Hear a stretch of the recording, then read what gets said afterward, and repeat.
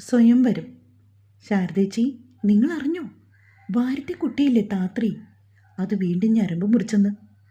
രാവിലെ രേണു മുറി വൃത്തിയാക്കാൻ ചെന്നപ്പോൾ ചോരയിൽ കുളിച്ചു കിടക്കുമായിരുന്നു. അറിഞ്ഞതത്രയും ഒറ്റ ശ്വാസത്തിൽ പറഞ്ഞപ്പോൾ ഒരു നേരിയ ആശ്വാസം വന്നതുപോലെ സുമിത്ര നെഞ്ചിൽ കൈ ചേർത്തു. ഈശ്വര, ഇതിപ്പോൾ രണ്ടാമത്തെ തവണയല്ലേ എൻ്റെ കുട്ടി ഇങ്ങനെ ചെയ്യുന്നേ. അത്ര സഹിക്കാൻ പറ്റാത്തതായി എന്താ അവൾക്ക് അവിടെ ഉണ്ടായത്? അവർ ഒരു ആശ്രയത്തിന് എന്നോണം സാരിത്തുമ്പിൽ വിരൽ അമർത്തി പിടിച്ചു. ആവോ, എനിക്കറിയില്ല. ഇന്ന് തന്നെ പാല് കൊടുക്കാൻ പോയപ്പോൾ ആ രേണുവിൻ്റെ വായിന്ന് കിട്ടിയതാ. നിങ്ങളിത് ആരോടും പറയാനൊന്നും നിൽക്കണ്ട കേട്ടോ. വാരത്തെ അദ്ദേഹം അറിഞ്ഞാൽ ആ പാവൻ രേണുവിൻ്റെ പണി പോകും. അത്രമാത്രം പറഞ്ഞുകൊണ്ട് സുമിത്ര വേഗം മുന്നോട്ട് നടന്നു. 10-15 പശുക്കളുണ്ട് സുമിത്രയ്ക്ക്. ഈ നാട്ടിൽ എല്ലാവരും പാല് വാങ്ങുന്നത് അവരുടെ വീട്ടിൽ നിന്നാണ്. പക്ഷേ വാര്യത്ത് മാത്രം അവർ പാൽ കൊണ്ട് കൊടുക്കാറാണ് പതിവ്. അടുക്കളപ്പുറത്തുനിന്നും സുമിത്ര പോയിട്ടും ശാരദ പിന്നെയും എന്തൊക്കെയോ ചിന്തകളുമായി അവിടെ തന്നെ നിന്നു. ശേഷം ശാരദ പതിയെ അവരുടെ ഭർത്താവിനെ വിളിച്ചുകൊണ്ട് അകത്തേക്ക് കയറി.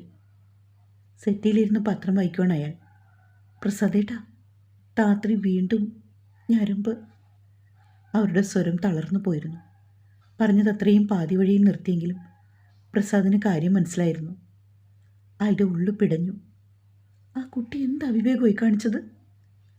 അത് പറഞ്ഞ് അവസാനിപ്പിച്ചപ്പോഴാണ് താഴേക്ക് കോണിപ്പടികൾ ഇറങ്ങി വരുന്ന ഋഷിയിലേക്ക് അയാളുടെ ദൃഷ്ടി നീണ്ടത്. മുനി ഋഷി, താത്രി വീണ്ടും. അവർ പറഞ്ഞതൊക്കെയും അവൻ കേട്ടെന്ന് മനസ്സിലായതോടെ പറയാൻ വന്നതായ പാതി വഴിയിൽ നിർത്തി. മറുപടി വെറുമൊരു മൂളലിൽ ഒതുക്കിയെങ്കിലും അവൻ്റെ കൺകോണിൽ ചെറുനനവ് പൊടിഞ്ഞിരുന്നു. എനിക്ക് അവളെ ഒന്ന് കാണണം മോനെ. അത്രയിടം വരെ ഒന്ന് പോവണ്ടേ? ഇടറിയ ശബ്ദത്തിൽ കരച്ചിലടക്കി പിടിച്ചുകൊണ്ടായിരുന്നു ശാരദ അത് ചോദിച്ചത്. വേണ്ട, അതിൻ്റെ ആവശ്യമില്ല. ഉറച്ചതായിരുന്നു ആ വാക്കുകൾ. ശേഷം ധൃതിയിലവൻ പുറത്തേക്ക് ഇറങ്ങിപ്പോയി.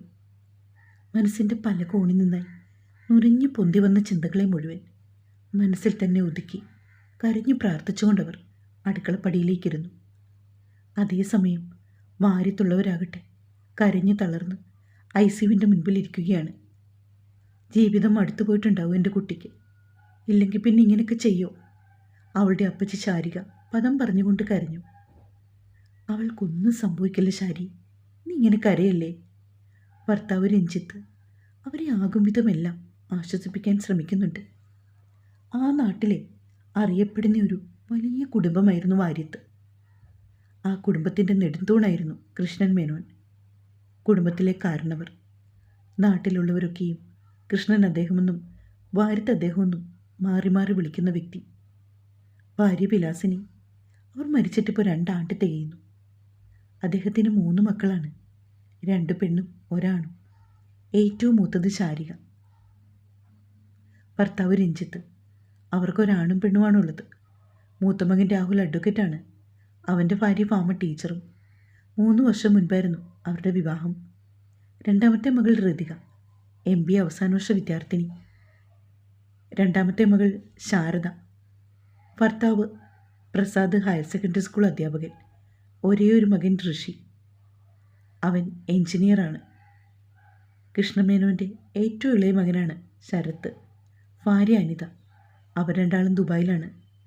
കൃഷ്ണ ഗ്രൂപ്പിൻ്റെ ദുബായിലുള്ള ബിസിനസ്സിൻ്റെ ചുമതല കൃഷ്ണമേനോൻ അവരെയാണ് ഏൽപ്പിച്ചിരിക്കുന്നത്. അവരിരുവർക്കും ഒരേയൊരു മകൾ, താത്രി എന്ന ചെല്ലപ്പേരിൽ അറിയപ്പെടുന്ന അതിത്രി. ദുബായിയുടെ സുഖലോലുപത്തിൽ ജനിച്ച് 17 വയസ്സുവരെ അവിടെ വളർന്ന അവളെ നാട്ടിലേക്ക് പറിച്ചു നട്ടിട്ട് 6 വർഷങ്ങൾ പിന്നിട്ടിരിക്കുന്നു. അച്ഛ, ശരത്തിനെ അനിതയും വിവരം അറിയിക്കണ്ടേ? ശാരികയുടെ അടുത്തിരുന്ന രഞ്ജിത്ത് മെല്ലെ കൃഷ്ണമേനോൻ്റെ അരികിൽ ചെന്നിരുന്ന് അത് ചോദിച്ചത്. പെട്ടെന്ന് തന്നെ മറുപടിയും വന്നു. ഇപ്പോൾ വേണ്ട. ശാരികയുടെ ഏങ്ങലടികൾ പിന്നെയും ഉയർന്നു താണു. അച്ഛ, ഇനി അവരെ അറിയിക്കാതിരുന്നാൽ എങ്ങനാ? അച്ഛൻ്റെ വാശി ഒന്നുകൊണ്ട് മാത്രം എൻ്റെ കുട്ടി ഇപ്പോൾ ഈ അവസ്ഥയിൽ എങ്ങനെ? കൃഷ്ണമേനോൻ്റെ മുഖത്ത് ദേഷ്യം തളം കിട്ടി. പെട്ടെന്നായിരുന്നു അബദ്ധം പറ്റിയതുപോലെ ശാരിക മുഖം ചിരിച്ചത്. ഒരു നിമിഷം അവളുടെ ചിന്തകളിൽ താത്രി നിറഞ്ഞു. മെല്ലെ ഇന്നലെ സംഭവിച്ച കാര്യങ്ങൾ അവളുടെ ഓർമ്മയിലേക്ക് ഒഴുകിയെത്തി. താത്രി, എഴുന്നേക്ക്. രാവിലത്തെ കോഫിയും കയ്യിൽ പിടിച്ചുകൊണ്ട് താത്രയുടെ ബെഡിനരികിൽ ഇരുന്നു കൊണ്ടാണ് ശാരിക അവളെ വിളിച്ചത്. മെല്ലെ മുഖത്തു പറ്റിക്കിടുന്ന പുതപ്പ് താഴേക്ക് താഴ്ത്തി ഉറക്കം നഷ്ടപ്പെട്ട ദേഷ്യത്തിൽ താത്രി മിഴികൾ തുറന്നു. കൺമുമ്പിൽ ശാരിയെ കണ്ടതും ദ്രുതഗതിയിൽ അവളുടെ ദേഷ്യം സന്തോഷത്തിന് വഴിമാറി. ഇന്നെന്താ അപ്പച്ചി വന്നത്? സാധാരണ രേണു ചേച്ചിയാണല്ലോ. പക്ഷെ ഇതെനിക്കിഷ്ടായി. ആഹാ, അതെന്താ? അതെന്താന്ന് വെച്ചാൽ ഇത്രയും സ്നേഹമുള്ള എൻ്റെ അപ്പച്ചിയെ കണി കണ്ടുണർന്നാൽ ഞാൻ ആ ദിവസം ഭയങ്കര ഹാപ്പിയാണ്. അതുകൊണ്ടാ. ശാരിയുടെ താടിത്തുമ്പിലെ അല്പം വലുതായ മറുകിൽ പിടിച്ച് മെല്ലെ കൊഞ്ചിച്ചുകൊണ്ടാണ് അവളങ്ങനെ പറഞ്ഞത്. ശാരദയുടെ കണ്ണിൽ ഒരേ സമയം അത്ഭുതവും വാത്സല്യവും സന്തോഷവും മിന്നിമാഞ്ഞു. കാരണം ആദ്യമായിട്ടായിരുന്നു അവളങ്ങനെ ശാരികയോട് സംസാരിക്കുന്നത്. പ്രായത്തിൽ കവിഞ്ഞ പക്വതയോടെ അല്ലാതെ അവരൊരിക്കലും താത്രയെ കണ്ടിട്ടില്ല. അവളുടെ സംസാരത്തിലും പ്രവൃത്തിയിലുമെല്ലാം ആ പക്വത നിറഞ്ഞു നിന്നു. പെട്ടെന്ന് ആരോടും അടുപ്പം കൂടാത്ത സ്വഭാവമാണ് താത്രി. അവൾക്ക് അത്രമേൽ ഇഷ്ടം തോന്നിയവർക്ക് നേരെ മാത്രമേ അവളുടെ അതിരങ്ങൾ വിടരാറുള്ളൂ. അല്ലാത്ത പക്ഷം നിറഞ്ഞ ഗൗരവമായിരിക്കും ആ മുഖത്ത്. അപ്പച്ചയ്ക്കിന്ന് ഒരുപാട് സന്തോഷമായി. കാരണം ഈ 6 വർഷത്തിനിടെ ആദ്യമായിട്ടാണ് ഞാൻ കുട്ടിയെ ഇത്ര സന്തോഷത്തോടെ കാണുന്നത്. ആദ്യമായിട്ടാണ് മോൾ എന്നോട് സ്നേഹത്തിൽ സംസാരിക്കുന്നത്. അതിനു മറുപടിയായി അവൾ അവരുടെ തോളിൽ വിരലമർത്തി. പറയാൻ മടിച്ചതെന്തോ അതിലുണ്ടായിരുന്നു. ശേഷം പുഞ്ചിരിച്ചുകൊണ്ട് കോഫി മേടിച്ച് ജനലരികിലേക്ക് നടന്നു. ഒരു നിമിഷം ശാരിയുടെ കണ്ണിൽ താത്രി നിറഞ്ഞു. ബ്ലാക്ക് കളർ ടീഷർട്ടും മുട്ടിനും കുറച്ച് മുകളിൽ നിൽക്കുന്ന ചായ കളർ ഷോർട്ട്സുമാണ് വേഷം. മുകളിലേക്ക് ഉയർത്തി കെട്ടിവെച്ച ചെമ്പൻ മുടിയിഴകളിൽ പലതും മുഖത്തേക്ക് വീണു കിടക്കുന്നുണ്ട്. അല്പസമയം ശാരി അവളെ തന്നെ നോക്കി നിന്നു. താത്രിക്ക് ഏറ്റവും ഇഷ്ടപ്പെട്ട കാഴ്ചകളിലൊന്നാണ് ആകാശം നോക്കി നിൽക്കുന്നത്. ചിലപ്പോഴൊക്കെ രാത്രി സമയങ്ങളിലും അവൾ മട്ടുപ്പാവിലിറങ്ങി ഇങ്ങനെ നിൽക്കാറുണ്ട്. മോളെ, ഇങ്ങനെ പുറത്തേക്ക് നോക്കി നിന്നാൽ സമയം പോകുന്ന അറിയില്ല. 10 മണിയാകുമ്പോഴേക്കും അവരിങ്ങെത്തും. അതിനു മുൻപ് വേഗം റെഡിയാവൂട്ടോ. ആര്? അവൾ ചോദ്യഭാവത്തോടെ ശാരിയെ നോക്കി. അത് മുത്തച്ഛൻ മോളോട് പറഞ്ഞില്ലേ എല്ലാം? എന്ത്? എനിക്കൊന്നും മനസ്സിലാവുന്നില്ല. അപ്പച്ചി തെളിച്ചു പറയും. ശാരിയുടെ വായിൽ നിന്നും കേട്ട ഓരോ വാക്കുകളും അവളെ അടിമുടി പിടിച്ചുലച്ചു. അവളുടെ മുഖത്ത് ദേഷ്യം നിറഞ്ഞു. ധൃതിയിൽ ഷോർട്സിന് മീതെ അവിടെ കിടന്നൊരു ലോങ് സ്കേർട്ട് ഇട്ടുകൊണ്ട് അവൾ മുത്തച്ഛൻ്റെ മുറി ലക്ഷ്യമാക്കി നടന്നു. മോളെ വേണ്ട. ശാരി പിന്നാലെ ചെന്നെങ്കിലും അവളെ തടയാൻ അവർക്കായില്ല. മുത്തച്ഛൻ്റെ മുറിയിൽ കയറി ശക്തിയായി അവൾ വാതിൽ വലിച്ചടിച്ചു. അവളുടെ ആ പ്രവൃത്തിയിൽ കൃഷ്ണമേനോനൊന്ന് ഞെട്ടിയെങ്കിലും അയാളത് മുഖത്ത് പ്രകടമാക്കിയില്ല. എന്താ അത്ര കാര്യം? ഇനി അത് ഞാൻ തന്നെ പറയണോ? എൻ്റെ അനുവാദമില്ലാതെ എന്നെ പെണ്ണ് കാണാൻ ആരും ഇങ്ങോട്ട് വരണ്ട. അവരുടെ മുമ്പിൽ കെട്ടിയൊരുങ്ങി നിൽക്കാൻ ഈ അതിത്രയെ നോക്കണ്ട.